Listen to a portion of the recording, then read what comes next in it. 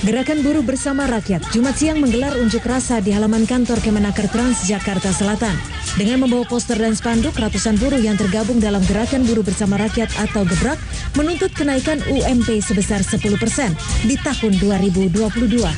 Masa aksi juga meminta kepada pemerintah agar segera mencabut surat edaran Kemenaker Trans terkait pengupahan. Polisi hari ini mendatangi sejumlah aset milik keluarga Nirina yang dirampas sindikat mafia tanah. Salah satunya di kawasan Srengseng, Kembangan, Jakarta Barat. Kedatangan penyidik untuk memastikan aset-aset tersebut tidak dikuasai karena masih dalam proses hukum.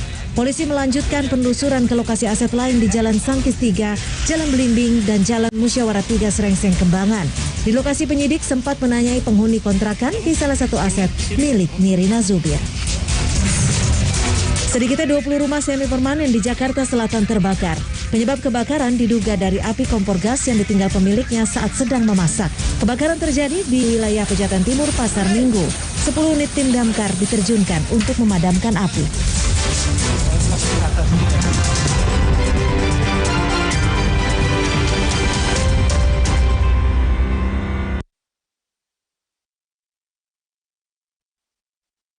Aktif sepanjang hari, aku minum Entrasol. Tinggi proteinnya, bantu jaga masa ototku. Tinggi vitamin D-nya, bantu jaga daya tahan tubuh saya. Mereka minum Entrasol. Bagaimana dengan Anda? Entrasol. Teman-teman suka bingung pilih susu. Simple kok. Pastikan bisa dukung kecerdasan dan perkuat daya tahan tubuhnya. Aku sih pilih Morinaga. Biar nggak nyesel nantinya. Karena waktu tak bisa kembali. Morinaga.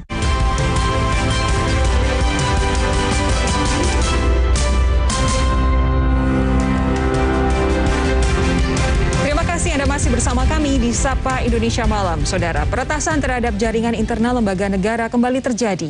Kali ini, peretas diduga menyerang jaringan Polri. Akun Twitter @son1x666 membagikan 2 tautan untuk mengunduh file data masing-masing berukuran 10,27 MB dan mengklaim berisi 28.000 data personel polisi.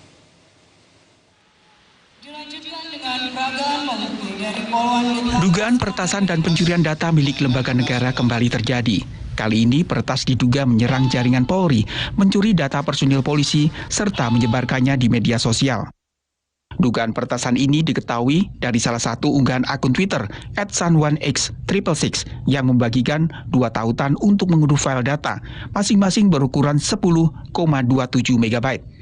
Akun tersebut mengklaim memiliki data 28.000 personel polisi. Saat ini akun Twitter tersebut telah ditangguhkan. Kepala Divisi Humas Polri, Irjen Dedi Prasetyo menyatakan, polisi tengah mengusut dugaan peretasan data Polri. Kepada Kompas.com, Irjen Dedi Prasetyo mengatakan, sedang ditangani oleh Ditipid Siber Bareskrim. Nanti kalau sudah ada update-nya, diinfokan. Pengamat keamanan siber Pratama Persada menyebut, peretasan terhadap website Polri sudah berulang kali terjadi. Untuk itu, Polri harus mulai memikirkan keamanan sibernya, mulai dari teknologi, sumber daya manusia, hingga tata kelola. Polri diretas. Ini bukan pertama kali, sudah berkali-kali kejadian situs Polri diretas oleh hacker. Menurut saya ini adalah pelajaran bahwa Polri harus mulai serius memikirkan tentang keamanan cyber, harus mulai serius bagaimana bisa mengamankan sistemnya dengan baik. Harus dicek benar dari mulai teknologinya, kemudian mulai dari SDM-nya, dari tata kelolanya, itu harus dibuat dengan benar. Sebelumnya, sejumlah laman lembaga negara diduga diretas. Di antaranya, laman info pemilu KPU pada 29 Juni 2018. Laman Kemendagri 22 September 2019, laman DPR pada 5 Oktober 2020, laman Sekretariat Kabinet 31 Juli 2021, serta laman Pusmanas BSSN pada 25 Oktober 2021.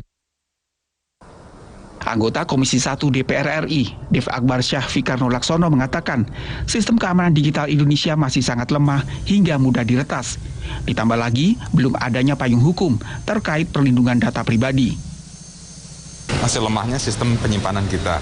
Jadi masih mudah rentan di hack dan juga kurang perhatian daripada operatornya itu sendiri untuk tidak mengupgrade sistemnya, tidak membangun firewall dengan baik, ya, dan juga jaringannya pun juga mudah untuk segera dimasuki sehingga bisa dicuri data-data tersebut. Ditambah juga masih lemahnya sistem penegakan hukum dikarenakan payung hukumnya tentang penyimpanan data pribadi ini belum selesai juga. Dugaan peretas yang menyerang institusi Polri menjadi alarm bagi lembaga-lembaga negara untuk semakin meningkatkan sistem keamanan digitalnya agar tidak mudah dibobol. Tim Liputan, Kompas TV. Jaringan Polri diduga diretas. Bagaimana bisa? Serentan itukah sistem keamanan siber di negara kita?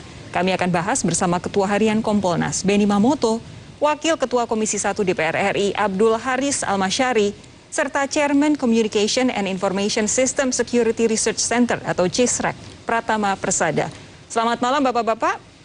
Selamat malam. Saya ke Pak Benny lebih dulu. Pak Benny, apa tanggapan Anda soal dugaan bocornya data dari 28.000 personel polisi ini? Yang pertama, tentunya dengan munculnya berita ini kami sudah berkoordinasi dengan internal Polri, yang pada intinya kita semua harus bersabar karena sedang proses penyelidikan yang dilakukan oleh Direktorat Tindak Pidana Cyber. Tentunya bekerja sama dengan instansi terkait yang menangani masalah ini. Nah, dalam konteks ini, kasus ini kiranya bisa menjadi bahan untuk evaluasi ke depan, khususnya satuan kerja yang mereka membuat pusat data sendiri, ini perlu bagaimana dipastikan bahwa keamanannya maksimal. Kita semua tahu kalau sudah bicara teknologi itu kan ada pepatah mengatakan di atas langit masih ada langit. Ketika satu teknologi muncul, maka jaringan kejahatan itu serta-merta mempelajari titik lemahnya di mana, kemudian mereka akan berusaha untuk mengatasi ataupun memanfaatkan ataupun membobol.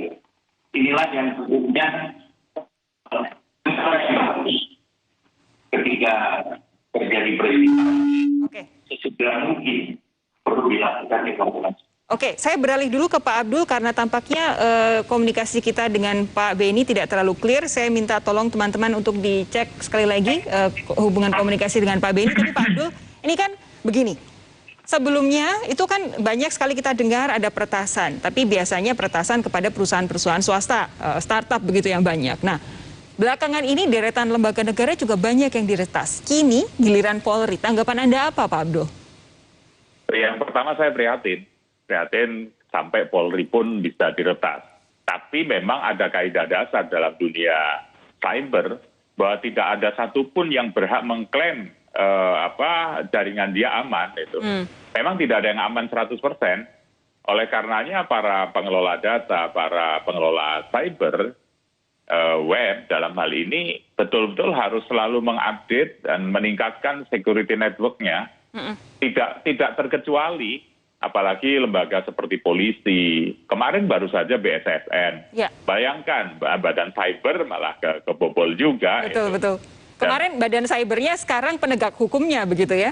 Iya, dan kalau para pengelola data ini tidak betul-betul berbenah mengupdate setiap saat, itu ya pasti akan akan berpeluang untuk terjadi peretasan yang jadi kayak mainan jadinya. Oke, Pak Benny, tapi kalau menurut Anda sepanjang yang Anda tahu sistem keamanan jaringan siber di kepolisian itu seperti apa sih? Jadi sistem keamanan ini mereka mendesain awal berbagai macam sudah dilakukan upaya secara maksimal. Tetapi sekali lagi para hacker ini kan selalu mempelajari ataupun selalu belajar untuk bisa mengatasi atau membobol. Oke. Oke, sebentar Pak Beni, mohon maaf karena kami tidak bisa mendengar suara Anda dengan jelas. Mungkin bisa dihubungi ulang oleh teman-teman yang ada di studio supaya kami bisa mendengar dengan clear suara dari Pak Beni Mamoto. Baik, saya beralih dulu ke Pak Abdul. Pak Abdul, pertanyaan yang sama seperti tadi yang saya sampaikan ke Pak Beni. Sepanjang yang Anda tahu, pengamanan sistem jaringan di kepolisian itu seperti apa sih? Terus terang saya tidak tahu sistem pengamanannya, tapi ketika bisa dibobol itu artinya berarti rentan, tidak kuat. Tuntutannya harus diupdate setiap saat dan harus ditangani dengan tadi teknologinya diperbaiki, SDM-nya juga harus diperbaiki, dan kemudian tata kelolanya juga diperbaiki. Saya sepakat dengan statement Pak Pratama tadi. Memang 3 hal itu yang harus diperhatikan. Tidak sekedar teknologi saja, tapi SDM-nya juga harus betul-betul di-update begitu ya, di-upgrade demikian.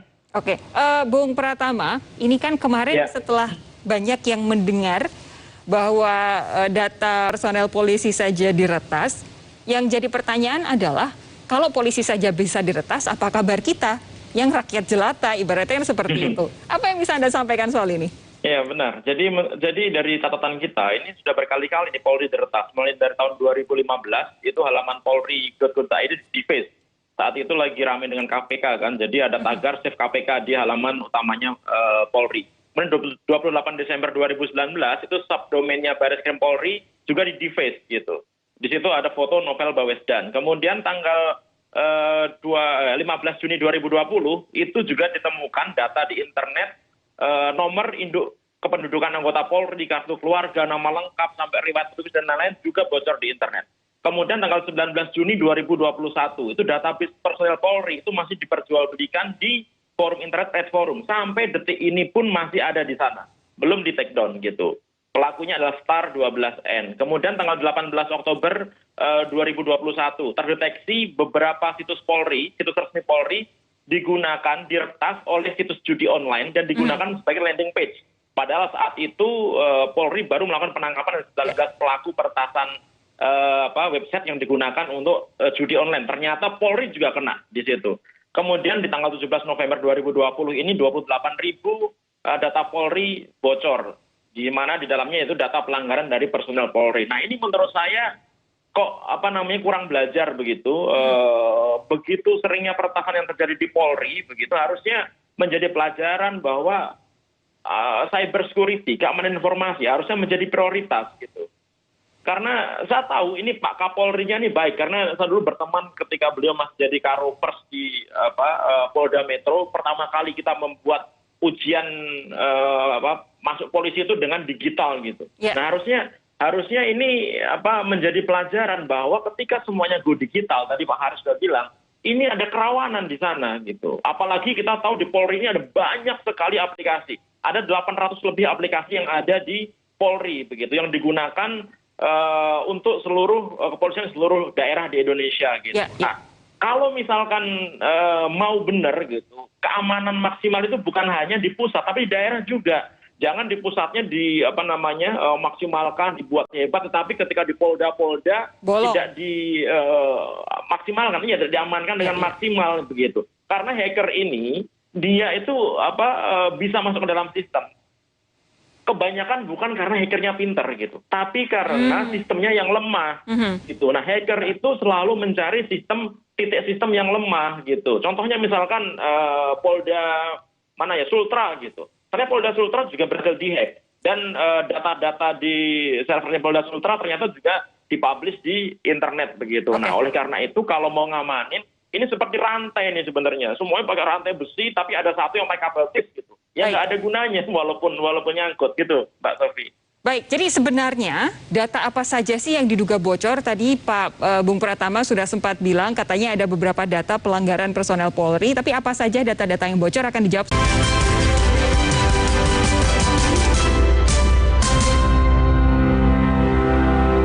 Panas dalam, minum cap kaki 3. Ingat, cap kaki 3 yang gambarnya cap kaki 3. Jangan salah pilih. Larutan ya cap kaki 3. Baru Super Bubur Kuah Soto dengan kuah terpisah. Ada kerupuknya lagi. Kuahnya gurih. Enaknya bikin nagih. Super bubur buah soto. Super enaknya. Di masa kehamilan, asupan air mineral sangat penting. Harus terjamin kualitasnya. Untuk itu, kita pilih Le Mineral. Galonnya begitu bening, selalu baru. Jadi tenang buat aku dan calon buah hatiku. Galon Le Mineral. Buat kesehatan, aku percaya Sido Muncul, ahlinya herbal dan inovasi. Sido Muncul suplemen dibuat dengan bahan yang baik, riset yang panjang, quality control ketat, dengan ekstraksi suhu rendah agar zat aktif terjaga. Sekarang dalam bentuk soft kapsul dengan berbagai varian vitamin dan herbal. Minum Sido Muncul suplemen setiap hari. Sido Muncul natural. Good health, better life. Hidup lu nggak berwarna. Banyak bakteri jahat. Terus gimana, Mbak? Pakai Tembok Property. Wangi, banyak warna. Hilangkan bakteri jahat. Tembok Property. Lebih berwarna, lebih sehat, lebih happy. Magic. Lahir di negeri yang kaya alam dan budayanya. Menciptakan fundamental kuat bagi Bank Syariah Indonesia. Selalu berperan aktif dalam pesatnya pembangunan dan bertumbuhnya ekonomi. Dengan berbagai inovasi produk dan layanannya yang ramah. Membangun Indonesia, membangun manusia. Bank Syariah Indonesia. Setelah sekian purnama, nemu lagi kita. Aku tuh ngisi formulir dulu. Ih, tapi error terus. Loh, emang aksesnya dari mana?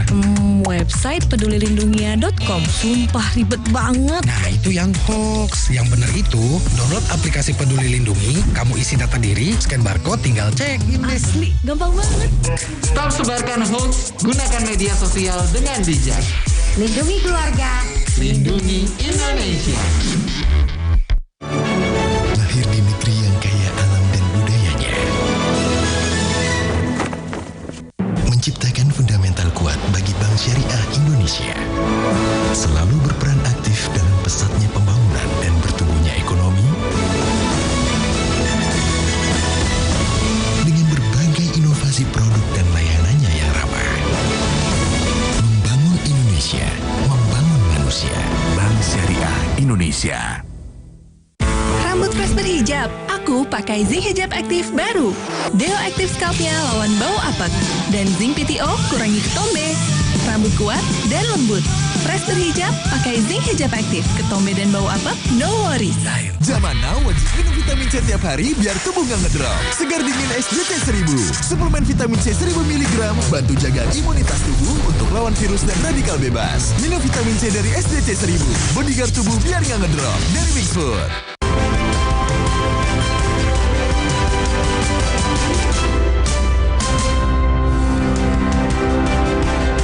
Pak Beni, tadi karena ada gangguan audio, jadi saya tidak bisa terlalu mendengar dengan jelas apa yang Anda sampaikan, tapi saya akan memberikan pertanyaan yang sama. Sepanjang yang Pak Beni tahu, sistem keamanan di kepolisian terkait dengan pengamanan jaringan siber mereka seperti apa sih Pak Beni?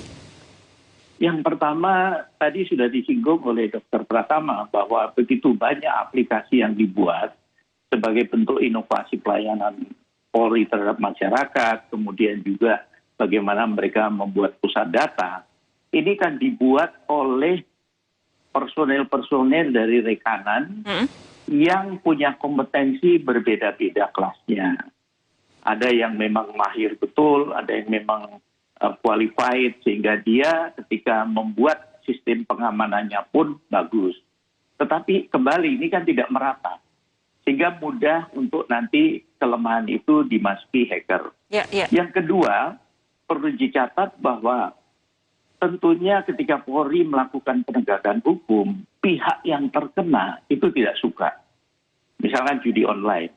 Maka mereka bisa membayar hacker untuk menghantam atau menghack situsnya Polri sebagai bentuk kemarahan atau rasa ingin balas dendam tidak puas, ingin balas dendam dan sebagainya. Nah, karena Polri menangani berbagai macam kasus, maka Polri juga harus siap mendapatkan serangan-serangan cyber. Oleh sebab itu, masukan ini tentunya menjadi bahan yang bagus. Kami selaku pengawas eksternal tentunya nanti akan bersama-sama Polri bagaimana melakukan evaluasi secara menyeluruh sedini mungkin, secepat mungkin agar peristiwa ini tidak terulang kembali ke depan. Oke, Bung Pratama, jadi sebenarnya saat ini yang bocor, yang diduga diretas, itu data-data apa saja sih dari personel polisi ini? Jadi banyak, ada 27 field di situ. Ada nama, tempat tanggal lahir, satker, pangkat, status nikah, golongan darah, pangkat terakhir, pendidikan umum terakhir, sampai jenjang karir terakhir, kemudian ada tanggal rehab, tanggal hukuman, tanggal rehab mulai, lengkap semuanya. Ada 27 field gitu, yang memang kalau bocor gitu, bisa digunakan orang untuk melakukan hal-hal yang negatif terhadap personel-personel ini gitu. Misalkan, kan si hackernya bilang juga, pokoknya ini data saya share gitu, kemudian silahkan kalau mau melakukan kegiatan apapun, kirimin dildo atau kirimin apa terserah gitu. Nah ini bisa digunakan untuk itu gitu, digunakan untuk apalagi ketika yang terekspos itu adalah kisah buruknya personel inilah gitu, sehingga harusnya tidak tersebar keluar. Nah masalahnya sampai saat ini link untuk download file yang dihack ini itu masih terbuka gitu. Bahkan bisa dibuka tanpa VPN. Jadi orang biasa begitu dapat URL-nya itu bisa buka saat ini gitu. Nah, saya nggak ngerti itu bagaimana kok nggak bisa ditutup sampai sekarang gitu, Mbak. Pak Bedi, kira-kira implikasinya apa ketika data-data yang seperti sedetail yang disampaikan oleh Bung Pratama tadi bocor dan ternyata masih bisa diakses bulk datanya? Ya, kami akan mengecek kembali nanti berkoordinasi dengan Direktorat Tindak Pidana Cyber karena ini sangat rawan khususnya buat personil Polri sendiri. Betul sekali, sekarang kan data pribadi kita, nomor telepon bisa dijual belikan untuk promosi produk ataupun untuk pinjol dan sebagainya. Di samping itu tentunya kerawanan ini berkaitan juga dengan keluarganya. Oleh sebab itu peringatan ini tentunya akan disikapi oleh pihak Polri untuk sesegera mungkin mengatasi masalah ini. Oke, Pak Abdul, ini kan harus jadi evaluasi bersama. Apa yang akan dilakukan DPR dengan banyaknya kebocoran data-data ini? Lalu, tadi saya juga mengutip pernyataan kolega Anda di DPR, Bung Dev Laksono, selain soal keamanan siber yang memang masih lemah, belum juga ada undang-undang yang melindungi data pribadi. Janjinya waktu itu saya ingat akhir tahun 2019. Sampai sekarang belum kejadian juga itu, Pak Abdul. Iya, faktanya seperti itu. Kami ingin sekali akhir tahun ini selesai undang-undang perlindungan data pribadi. Namun dari komunikasi informal untuk mengurai atau memecahkan kebekuan ini kayaknya belum ada titik temu sampai hari ini. Kominfo tetap bersikeras agar lembaga pengawasnya ini ada di bawah Kementerian Kominfo, sementara kami di DPR ingin agar ini lembaga independen atau badan atau otoritas independen. Tapi ketika sampai Polri saja dihack seperti ini, 28.000 data keluar, apakah itu tidak membuat ada sense of urgency begitu? Ya, faktanya sampai terakhir kami pihak Kominfo masih belum ada pergeseran, belum ada pergerakan. Oke, jadi cuma satu poin ini doang yang masih mengganjal ya Pak ya? Tinggal satu. Kalau satu poin ini selesai mungkin dalam 10 hari selesai itu karena sudah separuh lebih selesai. Oke, kita nanti akan update soal ini. Tapi terakhir, bagaimana dengan evaluasi tentang keamanan sistem di Polri sendiri? Karena nggak lucu dong, kemarin kita badan sibernya negara dihack, sekarang penegak hukum, terutama untuk siber juga dihack. Ya, saya kira ya memang ini keprihatinan kita bersama dan apalagi tadi disampaikan Dr. Pratama bahwa sudah terbuka seperti itu tidak kunjung segera di take down alamat itu dan kemudian segera diatasi.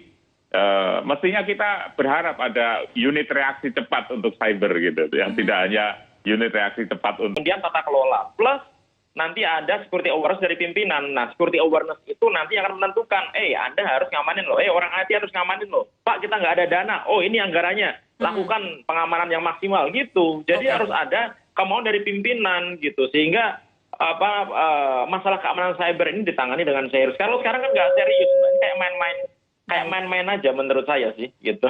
Baik, kurang serius gitu. Terima kasih Pak Beni, terima kasih Pak Abdul, terima kasih Bung Pratama sudah meluangkan waktu untuk Sapa Indonesia Malam di Kompas TV. Kita jumpa lagi lain waktu ya. Sehat terus.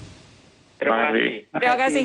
Saudara, itu tadi jadi penutup jumpa kita di Sapa Indonesia Malam. Besok Sapa Indonesia Malam edisi akhir pekan akan hadir pukul 19 sampai 20 waktu Indonesia Barat bersama saya Sofi Syarif. Saya pamit undur. Terima kasih.